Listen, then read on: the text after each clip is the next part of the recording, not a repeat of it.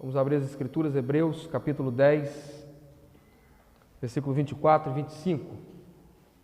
Tem sido o nosso tom do momento a respeito da congregação, do ajuntamento, de estar nos reunindo, de estar servindo a Deus, de estar adorando ao Senhor com a vida e de estar vivendo esse momento de adoração não só como um evento passageiro. Hebreus capítulo 10, versículo 24 e 25. Essa pregação que é a junção, a junta da pregação de domingo com a pregação de quarta. Hoje nós culminamos, chegamos ao pico da colina e vamos falar sobre esse assunto mais uma vez. Vamos colocar de pé para a leitura da palavra do Senhor, Hebreus capítulo 10, versículo 24 e 25. Diz assim a Sagrada Escritura: consideremo-nos uns aos outros para nos estimular ao amor e às boas obras, não deixando de congregar-nos, como é costume de alguns, mas admoestemo-nos uns aos outros, e tanto assim mais, quanto vedes que se vai aproximando aquele dia. Amém? Senhor, fale aos nossos corações por graça e misericórdia, por causa do amor que o Senhor tem pelo seu nome, fale aos nossos corações, Senhor, para a sua glória, para que o seu nome seja engrandecido, para que o Senhor seja exaltado e para que o seu povo seja edificado. Deus, não há em mim mérito e nem capacidade própria de poder pregar a palavra e alcançar o coração dos irmãos, mas por causa do teu nome, pela ação do seu Espírito e porque a sua palavra é viva, assim o pode acontecer. Um homem pecador miserável que vem diante dos irmãos pregar a palavra, ser usado para a glória do Senhor, ó Deus. Por isso eu te peço, tenha misericórdia de mim, perdoa os meus pecados e fale aos corações dos meus irmãos pela ação do seu Espírito Santo, Senhor, e porque a sua palavra é viva e para a glória do Senhor, ó Deus. Em nome de Jesus, assim nós oramos. Amém e amém. Podeis assentar, amados irmãos? Salmo 122, versículo 1. O que é que diz lá? 1, 2, 3. Alegrei-me quando me disseram, vamos à casa do Senhor. Mais uma vez, irmãos, bem bonito, está fraco. 1, 2, 3. Alegrei-me quando me disseram, vamos à casa do Senhor. Maravilha! Isso tem que te encorajar, isso tem que ser verdade na sua vida. Isso precisa fazer o seu coração temer e se alegrar ao mesmo tempo. João, capítulo 20, outro versículo que você já tem memorizado. Eu gostaria de estar, João, capítulo 4. João, capítulo 4. Vamos recitar também esse versículo, irmãos. A introdução da mensagem, esses dois versículos, João capítulo 4, versículo 23. João capítulo 4, versículo 23. Mas vem a hora, e já chegou, em que os verdadeiros adoradores adorarão o Pai, em espírito e em verdade, pois o Pai procura a tais que assim o adorem.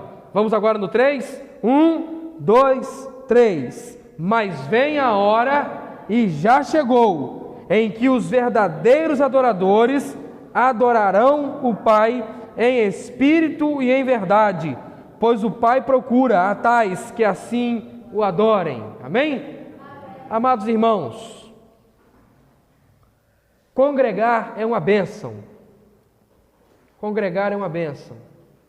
Vir à casa do Senhor é algo que tem que dominar a nossa vida cristã, de modo que nós não podemos negociar isso. Eu li o capítulo 10 de Hebreus, mas para que os irmãos entendam o assunto que o autor aos Hebreus, o autor da carta aos Hebreus está falando, eu gostaria de estar apanhando rapidamente desde o capítulo 9, pois esse assunto começa no capítulo 9. O assunto que ele está falando é claro no texto que nós lemos. Ele está falando a respeito de congregar, de ir à igreja, de não deixar de participar da igreja do Senhor. É claro, mas por que ele está abordando isso nessa parte final da sua orientação? O capítulo 9, onde começa o assunto, ele vai apresentar para nós a respeito da participação do culto e de como era na antiga aliança. E ele discorre a respeito disso no capítulo 9 e 10. Diz assim, capítulo 9, versículo 1. Ora, a primeira aliança tinha ordenanças de culto sagrado e também um santuário terrestre. Primeira coisa, nós temos 2 versículos aqui que retratam e configuram bem essa realidade. Salmo 122 é o judeu indo para o culto. É o hebreu indo para o culto. E como que isso acontecia? Não era toda semana, não era todo dia. Uma vez por ano, na peregrinação, eles saíam da onde eles estavam e iam até Jerusalém para cultuar ao Senhor, na cerimônia, na liturgia, cumprindo a ordenança da lei cerimonial. E aí, ele abre a sua ida ao culto, ou esse convite ao culto, dizendo: tenho alegria quando me convidam para ir na casa do Senhor. O autor aos Hebreus era alguém que conhecia muito bem, dominava a lei, de modo que ele tem o objetivo de escrever aos Hebreus sobre a lei, explicando a lei e aplicando a lei na nova aliança. Ele não desconfigura, ele não despreza, ele não tira a lei de cena e fala que ela é desprezível, mas ele aplica a lei agora na nova aliança, no viver do crente da nova aliança, na vida do povo da nova aliança e na liturgia, na prática de culto da nova aliança. Entre tantas outras questões, há uma tônica especial a respeito disso na carta aos Hebreus.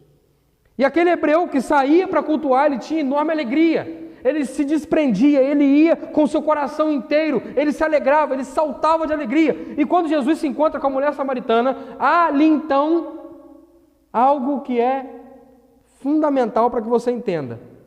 Ele abre o capítulo 9 dizendo que na antiga aliança tinha ordenanças de culto sagrado, também um santuário terrestre. Santuário terrestre, um lugar geograficamente e um lugar de ambiente para isso.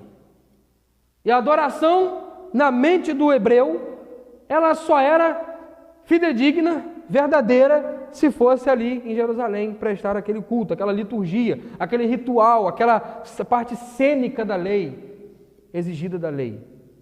Jesus se encontra com a mulher samaritana na beira do poço e logo se apresenta a respeito das verdades.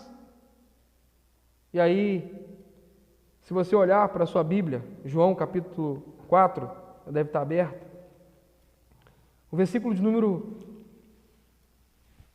20. Versículo de número 20.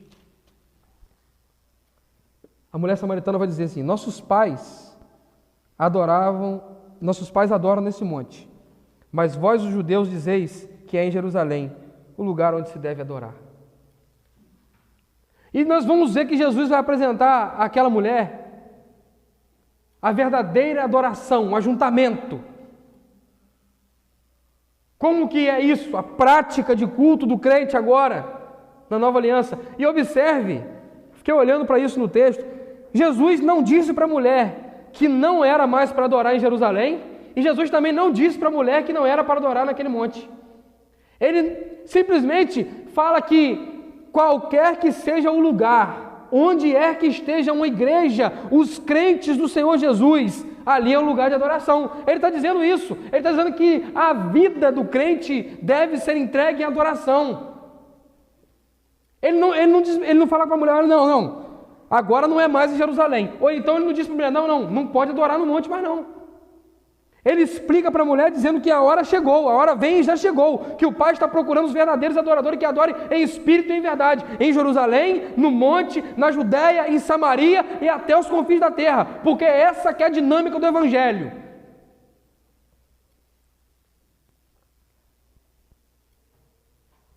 Judéia, Jerusalém, Samaria e até os confins da terra.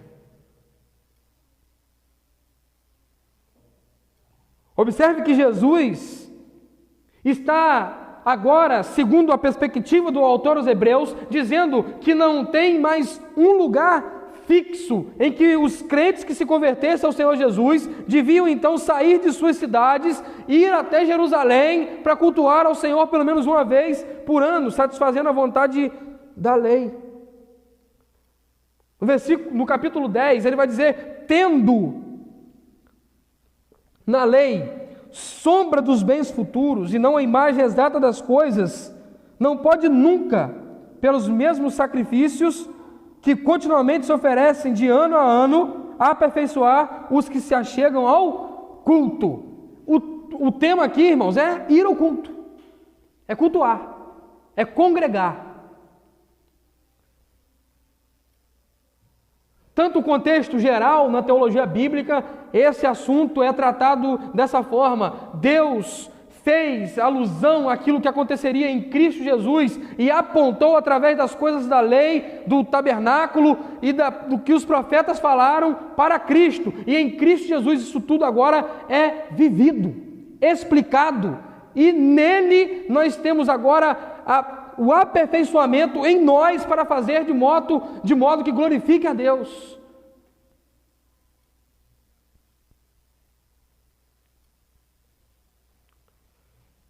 E quando ele está desenvolvendo esse assunto de culto, ele vai nos apresentar essa realidade.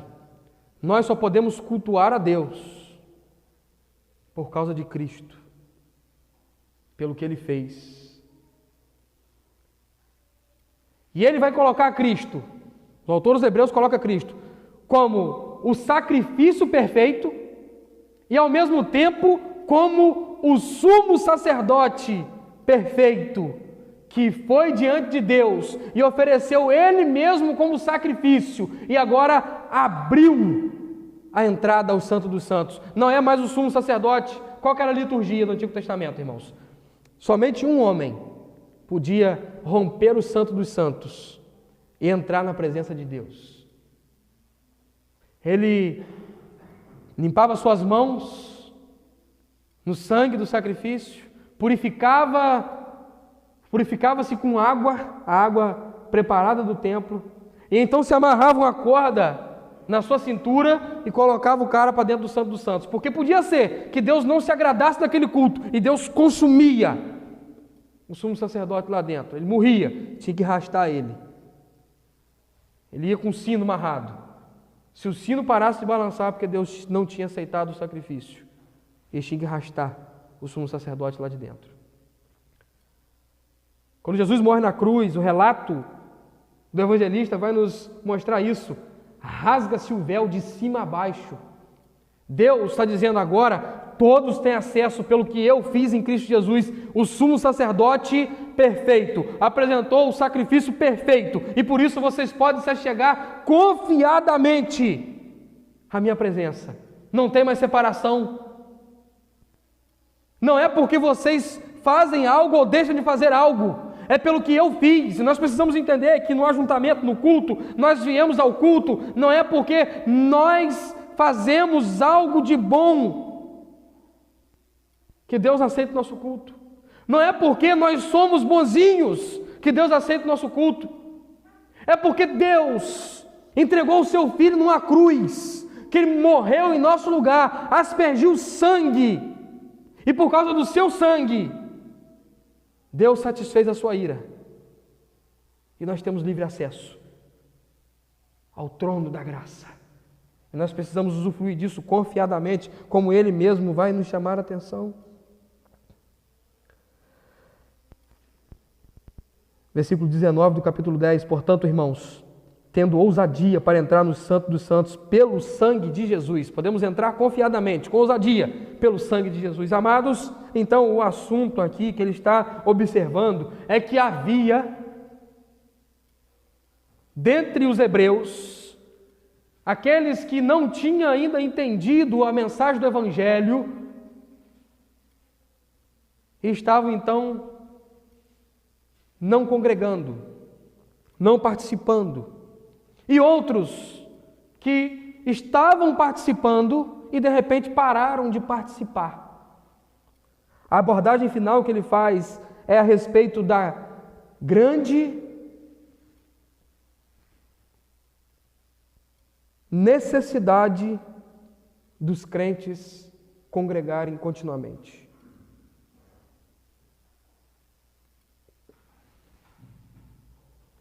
E aqui, a mesma palavra tem o significado para ajuntamento, congregação e culto público. O ajuntamento não diz respeito a um momento semanal que o crente participa junto. Ajuntamento é andar junto, é interagir, são as interações que o crente tem um com o outro. O congregar é você vir ao culto, não só para prestar um culto a Deus, mas também para servir o seu irmão. E por último, o culto é o ápice. É você se achegar para, em adoração, o seu coração para Deus. Eu quero, então, apresentar primeiro três motivos porque muitos deixam de congregar. Três motivos que fazem os crentes ou as pessoas deixarem de congregar. Primeiro motivo, não ser convertido. Primeiro motivo que as pessoas deixam de congregar é esse. As pessoas, elas são degustadoras de culto, elas acham legal, elas são simpatizantes do Evangelho, elas acham bacana e já criaram uma rotina de ir à igreja, mas elas não tiveram um novo nascimento, não se encontraram com o Senhor Jesus, não se converteram. Não espere, irmãos, que um não convertido seja alguém assíduo na igreja. Ele vai vir quando ele quiser, para ter o que ele quiser, e quando ele não estiver satisfeito, ele vai parar de vir e vai reclamar que não está servindo ele de acordo com o que ele queria. Atos capítulo 2, versículo 44, nos diz assim, Atos capítulo 2, versículo 44.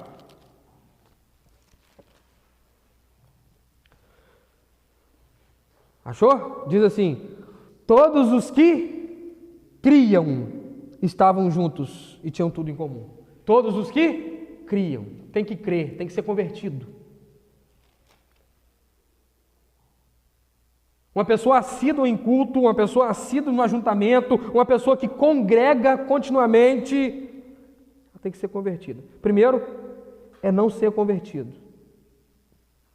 Segundo, o não abandono de pecado. Tem um crente que chega na igreja, se converte, é batizado e no decorrer da caminhada cristã ele tropeça. E aí ele desconsidera aquele tropeço, ele guarda quietinho, ele esconde, ele fica na moita, ele continua vindo de vez em quando e aí vai perdendo a frequência. Ele vinha direto, ele peca, aí ele vem uma vez na semana. Aquele pecado que não é vencido, tratado, confessado, abandonado, ele ganha espaço no coração, de modo que tapa o desejo dele de vir no culto. Ele passa agora a não vir mais uma vez por semana, ele vem uma vez por mês, porque ele está se acostumando com aquele pecado. E logo aquele pecado começa cegando a sua vida espiritual. E ele não vem mais uma vez por mês, ele vem só nos eventos.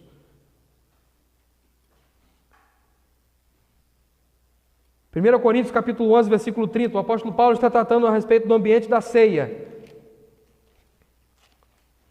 E no versículo 30 ele vai dizer assim: por causa disso há entre vós muitos fracos e doentes, e muitos que dormem. Por quê? Estavam comendo da ceia indevidamente, carregados de pecado, sem confessar, sem abandonar o pecado. E participavam da ceia. E aquilo ali matou alguns. O não abandono do pecado mina a fé do crente, de modo que ele não consegue mais ir aos cultos e ser confrontado e abraçar os irmãos, e os irmãos abraçar ele e falar: estou sentindo sua falta, por que você não tem vindo? Aquilo machuca.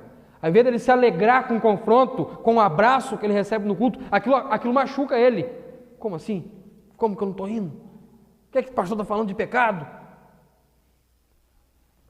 Tiago capítulo 5, versículo 16, nos chama a atenção a respeito dessa realidade, quando o autor que está escrevendo a carta, Tiago, nos diz assim: portanto, confessai os vossos pecados uns aos outros e orai uns pelos outros para serem curados. A oração de um justo é poderosa e eficaz. Amados irmãos, você não confessa pecado para a parede para vencer pecado.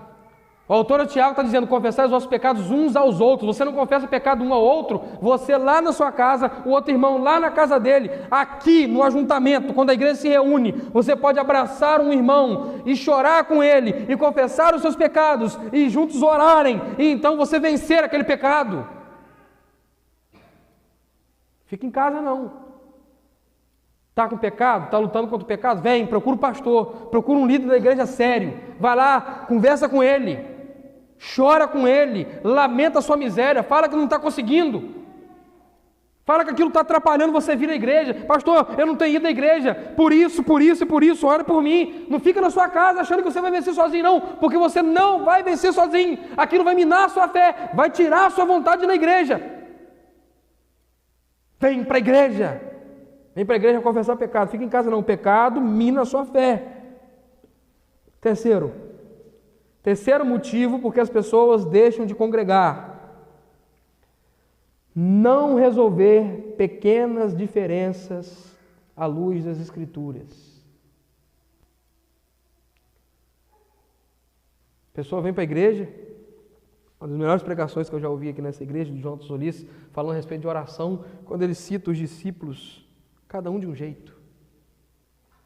Um é turrão, o outro inclinado para ser avarento, o outro incrédulo. Se eu não ver suas mãos, eu não acredito que o Senhor ressuscitou, Tomé. Os outros dois, Boanerges, filho de trovão, é explodir tudo. O Senhor é o rei, nós somos seus discípulos e nós vamos quebrar tudo, Boanerges. E agora, que maravilha, o Teixeira coloca um autista. E de fato, depois que eu fui lendo, falei: deixa eu ler de novo sobre Mateus, pegando o jeito de Mateus. Como é que pode, né? Eles colocam um autista, Mateus como autista. Exatamente para a gente, como evangélicos, como cristãos, aprendermos a lidar com essa questão. O cara é todo cheio de cálculo, é todo, metódico. Os discípulos são diferentes. E é inevitável que nós tenhamos diferenças nas igrejas, irmãos. Que graça teria se todo mundo da igreja torcesse para o Vasco? Quase todo mundo torce, nós somos a maioria. Que graça teria, irmãos, se todo mundo da igreja soubesse fazer só bolinho de chuva?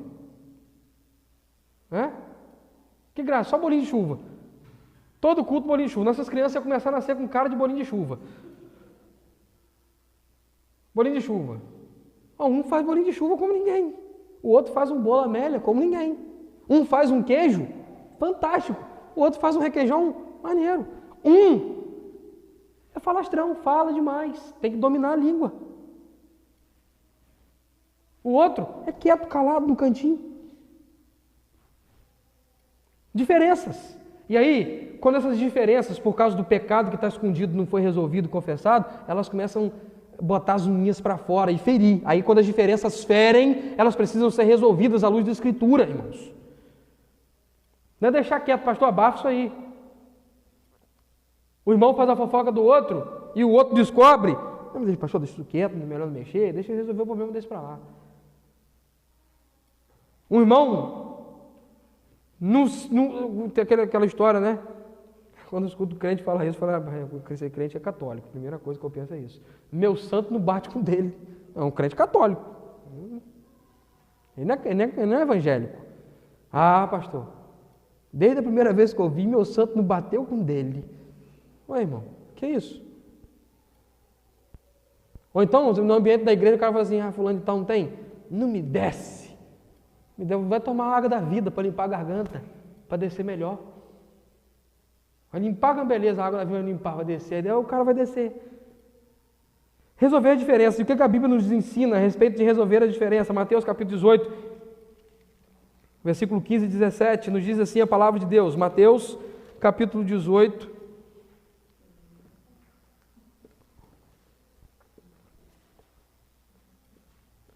versículo 15 ao 17. Ora, se teu irmão pecar contra ti, vai, repreende-o, entre ti e ele só. Se te ouvir, ganhaste a teu irmão. Mas se teu irmão não te ouvir, leva contigo 1 ou 2, para que pela boca de 2 pessoas ou 3 testemunhas, toda palavra seja confirmada. Se não ouvir, diz à igreja. E se também não ouvir a igreja, considere gentil publicano simples, irmãos. O cara quer ficar na igreja do jeito dele. Peita todo mundo, ele que está certo, ele que é o melhor, ninguém, pai, vai passando por cima. Irmão, vai lá, conversa. Chama irmãos, conversa. Leva a igreja, conversa. Não aceitou? Não é parte mais da igreja. Mas nós precisamos, primeira coisa para resolver isso, fazer sabe o quê, irmãos? É o quê? Ir até a pessoa. Resolver as pequenas diferenças à luz das Escrituras. Quando Paulo escreve aos Romanos, ele vai dizer que de todos os povos, de ambos os povos, fez um só corpo, um só povo, todo seu. Diferença, você imagina, o grego que olhava para tudo e dizia, matéria é má e o espírito é bom. O judeu que olhava para tudo e falava assim, nós pecamos, temos que oferecer sangue e sacrifício. Agora junta esses dois povos numa igreja e começa a congregar juntos. A idolatria de um, a confiança na lei de outro. Agora os dois se centralizam em Cristo, no Evangelho, os dois povos, uma só carne. Essas pequenas diferenças, irmãos, elas precisam ser resolvidas, porque senão elas vão atrapalhar você de congregar. Agora, à luz do texto escrito em Hebreus, na carta aos Hebreus, eu quero te mostrar 3 motivos para congregar.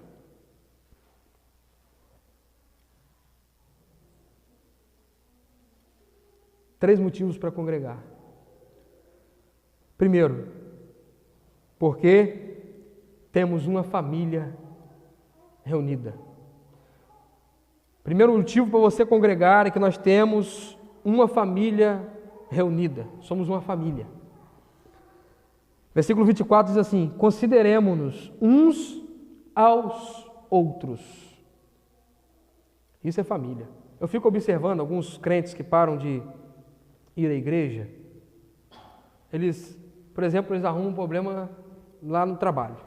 Eles não param de trabalhar, não levam a carteira e falam assim, pode me demitir. Pode me mandar embora. Eles participam de um clube, eles arrumam um problema no clube, eles não vão lá no clube e falam assim, pode me desligar do clube. Não quero mais. Eles continuam indo no clube. Na igreja, se são contrariados, bate nas costas do pastor e fala, pastor, não dá mais para mim. Não vou vir mais. Que é uma família, irmãos. Família. Família. Um irmão não deixa de ser irmão do outro quando eles zangam. Continuam sendo irmãos. Um pai, quando chama a atenção do filho, o filho zanga com o pai, ele não deixa de ser filho e o pai não deixa de ser pai. Continua sendo pai. Vão se sentar na mesa e vão comer junto.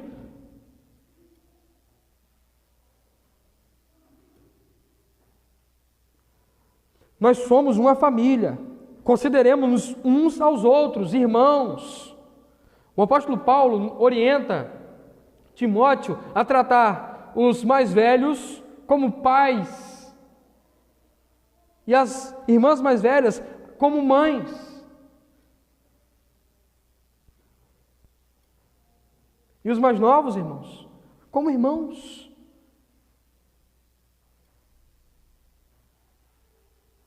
Nós criamos esse laço de família, esse entrelace. Efésios capítulo 1, versículo 5. Aos Efésios capítulo 1, versículo 5. Por que nós somos família? Uns aos outros, o texto está nos dizendo. E olha o que aqui o apóstolo Paulo está dizendo. Nos predestinou para sermos filhos de adoção por Jesus Cristo, para si mesmo, segundo o beneplácito da sua vontade. O que diz o texto? Nos predestinou para sermos o quê? Filhos. Deus é nosso Pai, nós somos os seus filhos. Mais um texto, antes que eu faça um comentário a respeito da adoção. Romanos, capítulo 8, versículo 5, versículo 15. Pois não recebestes o espírito da escravidão, para outra vez estardes em temor, mas recebeste o espírito de adoção, pelo qual clamamos, Abba, Pai. Mais um texto, João, capítulo 1, versículo 12. Diz assim a palavra de Deus: mas a todos os que o receberam, aqueles que creem no seu nome, deu-lhes o poder de serem feitos, o quê? Filhos de Deus. Nós somos filhos de Deus. Somos adotados por Deus, e quem é adotado recebe um pai.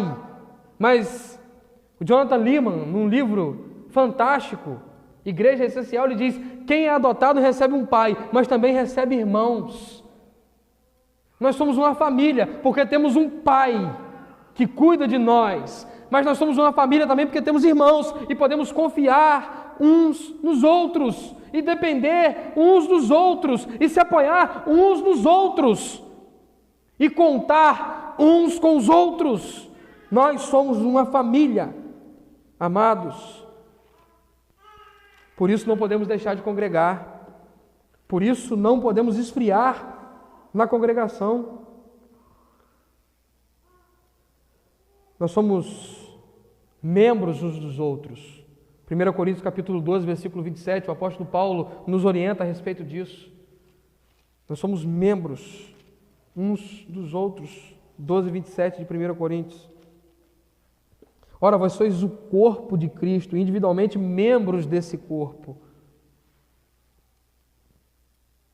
Não dá para negligenciar o braço. Um corpo não vive bem sem o braço. Ele se adapta, depois que a pessoa é amputada, demora um tempo, e ainda como que ela só tivesse a mão para pegar as coisas. Na mente dela ainda tem a mão. Um corpo saudável, ele precisa de todos os membros do corpo saudável. O pé tem que estar bem, direitinho. As mãos têm que estar fortes para poder pegar. Os olhos para enxergar e ver por onde anda. A boca para se alimentar. Os órgãos desse corpo devem funcionar plenamente. Estômago, intestino, fígado, rim, coração, todos os órgãos no corpo são importantes, todos os membros de um corpo são importantes. Nós dependemos uns dos outros, somos membros uns dos outros. Esse é o primeiro motivo, nós somos uma família reunida. Somos uma família. Fomos adotados. E o primogênito, nosso irmão mais velho, Jesus Cristo, nos dá outros tantos irmãos. E nós somos agora uma família. Segundo, para o encorajamento. Você não pode parar de congregar. O segundo motivo para que você não deixe de congregar, ou o segundo motivo para que você continue congregando, é para o encorajamento, é o encorajamento. Está nos dizendo a palavra de Deus. Consideremos uns aos outros, para quê? Para nos, versículo 24, para nos estimularmos ao amor e às boas obras. Você deve insistir no congregar assiduamente para o encorajamento ao amor e às boas obras. Boas obras aqui, irmãos, não diz respeito só você te encorajar para você pegar uma cesta básica e levar para a pessoa, mas boas obras aqui no texto, e boas obras, via de regra, quando aparece no Novo Testamento, diz respeito disso, você fazer o que é certo e o que glorifica a Deus. É você fazer o que é certo e o que glorifica a Deus. A grosso modo de explicação, o que é boas obras. E onde você vai aprender, irmãos, sobre o amor verdadeiro, sobre a fazer o que é certo e que glorifica a Deus. Vai ser lá na sua entidade escolar? Vai ser no seu ambiente de trabalho? Não, irmãos, é aqui na igreja, é no ajuntamento, é no congregar, é no culto, onde a palavra é pregada, que orienta, traz luz e encoraja, é nas conversas dos irmãos, enquanto tomam um cafezinho simples, depois do culto. É no dia a dia, quando um se encontra com o outro para fazer um lanche, ou para bater um papo, ou para ajudar a fazer um serviço. Coisa boa que nós vivemos aqui. Esse ano isso foi mais fraco. Eu pude ajudar um pouco, mas foi mais fraco, porque nem todos fizeram. Foram a época da silagem, a época do silo. Todo mundo fugiu. Todo mundo fugiu. Um pega capim, o outro bota dentro da máquina, o outro moe, o outro pega, o outro ensaca, o outro conversa fiado, o outro... Né? Sempre tem aquelezinho que vai lá só para... Fingindo que está ajudando. Todo mundo... Sempre tem. Aí depois na casa de Dezinho eu participei do processo todo. Foi prazeroso. Dezinho falou assim, estava na casa de Gil. Eu tinha subido para fazer alguma coisa, voltei na casa de Gil, Dezinho falou, pastor, estou enrolado, pastor. Tem que cortar aquele milho lá, pastor. Cortar aquele milho, porque senão não vai dar tempo. É muito milho. Eu falei, tá bom, eu vou lá. Passei na casa de Leomir, falei, Leomir, melhor katana. Ele me deu uma katana levinha, miudinha. Fui para lá. Onde que é? Eu ainda errei o caminho umas 3 vezes. Quase que eu comecei a cortar milho dos outros. Eu ia começar a derrubar milho que não estava nem quebrado ainda. Aí depois eu voltei para a estrada e falei, rapaz, Fabinho passou. Fabinho, onde que é? Ali embaixo. Aí eu desci. Na hora que eles chegaram lá, eu tinha pegado, derrubado um monte de milho juntado. Depois fui lá para cima, começamos a moer milho, aí tem a hora da fome, né? A hora que a fome vai batendo. O Nezinho falou assim, quebra 30 espigas de milho lá, vai fazer papa. Aí fui fazer papa. O Nezinho botou um tacho desse tamanho aqui, eu entrei, queimei 2 identificadores de... Qual é o nome dela? De Vanete. Tem problema não, pastor, tem problema não, vai, bate no outro agora. E fui para dentro. Quando terminei de bater, o bicho estava soltando fumaça. Coei aquela papa, botei num tacho, comecei mexendo aquele negócio, fiquei lá quase 1 hora mexendo. E na hora que eu dei mole lá, deu uma bibolhada aqui no meu braço, comeu um pedaço do meu braço desse tamanho. Botei no prato, acho que foi o maior prato de papa que Gessinei comeu na vida dele. Fiz uma papa de 30 espigas. Quem faz papa sabe que papa de 30 espigas não é pouca papa. E depois o que eu fiz com o resto com o bagaço do milho, Sinei? O que eu fiz? Fiz uma broa com o bagaço do milho. A turma comeu papo, comeu broa. Momento de comunhão. Momento de estar junto, de estar perto. Momento de fazer o que é certo e o que glorifica a Deus. Seu Ivo não pode nem pensar em ir na casa de Dezinho comer, porque senão ele não consegue nem descer a cavalo. Tem que descer escorregando o pasto. Escorrega, fazer um escorregador lá de cima, cair cá embaixo. Nós precisamos estar juntos para nos encorajar ao amor e às boas obras. Esse é o segundo motivo que você deve congregar para o encorajamento. O versículo 25 também traz essa ideia. Diz assim, mas, parte B, admoestemo-nos uns aos outros. Tanto mais se aproxima, vede que se aproxima aquele dia, o dia da volta de Cristo. Aquele dia aqui no texto é o dia da volta de Cristo. É o dia que Ele vai voltar para nos buscar, para cumprir aquilo que prometeu. Por isso eu não posso deixar menino ficar para trás, porque eu sei que Jesus está voltando e eu preciso ir perto dele, encorajar ele. Vamos junto, vamos caminhar. Quando eu chego perto do din-din, está perto de Jesus voltar, olha os sinais do tempo, olha como é que a iniquidade está se multiplicando. Vão congregar, vem para cá, não fica fraco não, você não pode ficar para trás. Vamos juntos, João.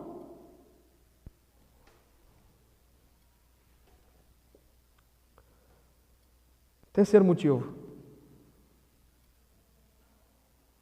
Nós precisamos congregar assiduamente para não deixar de congregar nos dias maus. O dia mau, ele tem duas conotações. Ou o dia mau, seu dia mau pessoal, a sua fase de provação, de luta, ou o dia mau global. Eu vou te dizer uma coisa, os dois chegam. Tem o seu dia mal, que você passa pelos seus desafios, pelas suas provações, por suas privações, por suas lutas, por suas dificuldades. Tem o dia mal da sua família. Tem o dia mal que vocês vão passar. É certo que vão passar. Por que você não deve deixar de congregar? Porque quando esse dia mal chegar, você vai ter fôlego. Você vai ter fôlego para puxar o ar, para dar a última abraçada, quando o mar se levantar, para dar a última abraçada, para dar o último passo quando você estiver se afundando. Você precisa congregar, porque quando o dia mal chegar, você vai ter ânimo para não deixar de congregar. Você vai passar a sua luta congregando, indo à igreja. O cara que está fraco, que não tem ido muito, quando chega o dia mal, ele vai falar assim, o que eu vou fazer lá? Deus nem está me vendo mais, os irmãos nem têm me ajudado mais. Mas quando ele está congregando, está vindo assíduo, ele vai passar o dia mal e vai falar assim, eu posso ir, porque lá tem um irmão que vai estender a mão, que vai orar por mim, que vai dar o ombro, que vai chorar comigo, eu posso continuar indo, porque ainda que eu esteja passando por provação, por privação, por luta, eu vou ter alguém que vai ladear comigo a minha guerra. Eu não vou estar sozinho. É assim que é o ambiente da igreja, irmãos. Você não pode deixar de congregar. Você tem aqui um motivo para congregar, porque o dia mal pode vir. Ele chega inesperadamente. Ele bate na sua porta quando você menos espera. E você precisa ter alguém perto de você. E você só vai ter alguém para te ajudar a passar na sua provação se você estiver vindo à igreja. Sabe por quê, irmãos? Tem muita gente que fala assim, pastor, estou passando uma dificuldade, pastor. Não estou tendo com que pagar as minhas contas mensais. Não estou conseguindo alcançar o orçamento da minha família. Mas não está vindo na igreja. Como é que eu vou saber disso? Como é que o seu irmão vai saber disso? Pastor, passando por uma luta familiar, cheio de desavença. Como é que eu vou saber disso se você não está vindo na igreja? Se eu não converso com você, se você não ouve os sermões para nortear a sua vida, para se chegar, para se aproximar, para ouvir uma pregação, mexer com o seu coração, você chegar perto do pastor, orar junto, ou então comentar com o irmão, orar junto. Nós precisamos, irmãos, ter isso em mente. Nós não podemos abandonar a fé por causa de uma pequena desavença, uma dificuldadezinha, não deixando de congregar. E aí o texto nos chama atenção, primeiro, para não deixar de congregar. E segundo, ele chama atenção a outra questão, como é costume de alguns. Primeiro ele nos orienta, não deixa, porque já tem gente que está fazendo. Nós precisamos congregar, porque a palavra de Deus nos diz, o último texto que eu quero ler, Mateus capítulo 6, versículo 21. Ah, pastor, meu trabalho, pastor, me consome muito. Ah, pastor, você sabe que eu trabalho pesado, então no final de semana eu tenho que descansar. O meu descanso, pastor, está em jogo. Ah, pastor, meu time de futebol joga no domingo. Ah, pastor, se eu não produzir, nos horários que eu tenho de produzir o que eu preciso produzir, meu orçamento no final do mês não vai fechar. Mateus capítulo 6, versículo 21. Pois onde estiver o vosso tesouro, aí estará também o vosso coração. Se o seu tesouro for Jesus, se o seu tesouro for Jesus Cristo, o seu Salvador, você não vai nem colocar na balança o tempo que você gasta trabalhando com o tempo que você vai gastar ou vai investir cultuando.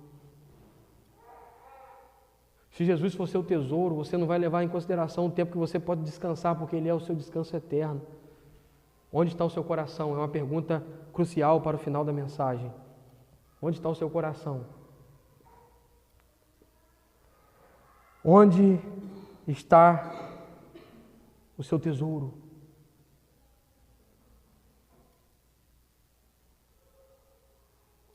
Pare de gastar o seu tempo na hora do culto, porque quem faz qualquer outra coisa, na hora do culto, no dia do culto, eu já ensinei na última pregação do outro domingo, como você tem que se preparar para vir para o culto. Vem para o culto morto, caindo, para dormir nos bancos, não. Se prepare, descanse, tira um tempo antes de vir para o culto. Uma horinha antes, toma um banho, se alimente. O cara fica o dia todo atarefado. Estou falando para você não trabalhar, não. Muito embora eu já te mostrei biblicamente, à luz de Eclesiastes, que é correr atrás do vento. Eu já expus Eclesiastes. Você sabe disso. É correr atrás do vento. Vai fazendo. Quanto mais faz, mais quer fazer. Quanto mais tem, mais quer ter. Correr atrás do vento. Vai. Pare. O domingo, eu já falei. O domingo você precisava parar. Até a turma do leite. Lembra uma época que eu falei isso que eu ensinei. Sei que faz mal para a vaca. Tira só de manhã. Eu conheço. Eu sei. Se não tirar leite, se não tirar à noite, perde. Tem uma perda significativa. Mas será que dá para comparar com o que a gente ganha desfrutando daquilo que o Senhor nos dá?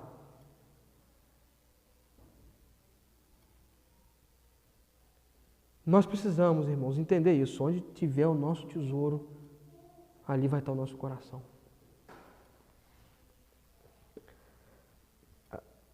Não abandone. Qual o problema? Tive um problema, não abandone, converse. Coloque as claras. Estou difícil, o senhor sabe que a nossa correria aqui da roça é diferente. Eu sei, irmãos. Eu sei, mas ame o Senhor Jesus Cristo a ponto de que tomar essa decisão seja tão prazerosa que não vai exigir que você pense duas vezes. Nós precisamos, irmãos, entender que esse tempo é precioso de estar junto. Que nós não podemos deixá-lo batido por causa de qualquer... tive um fulano de tal, ciclano. Irmão, resolva os desafios. Até uma frase do Nicodemos, muito importante, muito interessante. Quem realmente conhece o Evangelho, quem realmente conhece o Senhor Jesus Cristo, não abandona a fé quando se decepciona com os homens. Uma outra frase, não é minha, muito joia para esse contexto. Se a tua fé não é capaz de te levar ao culto nos domingos, não pense que ela será capaz de te levar ao céu no final da sua vida.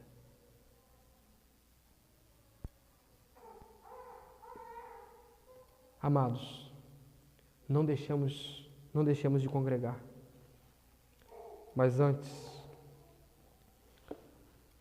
consideremos uns aos outros para nos estimular e admoestemos uns aos outros, tanto mais quanto vedes que o dia se aproxima.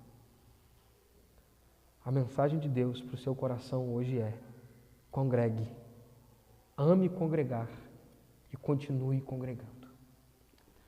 Senhor, guarde a sua palavra em nossos corações. Esteja conosco enquanto igreja.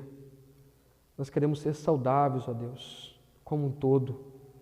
Oro pelos meus irmãos para que o Senhor fortaleça a fé deles, encoraje eles na caminhada cristã.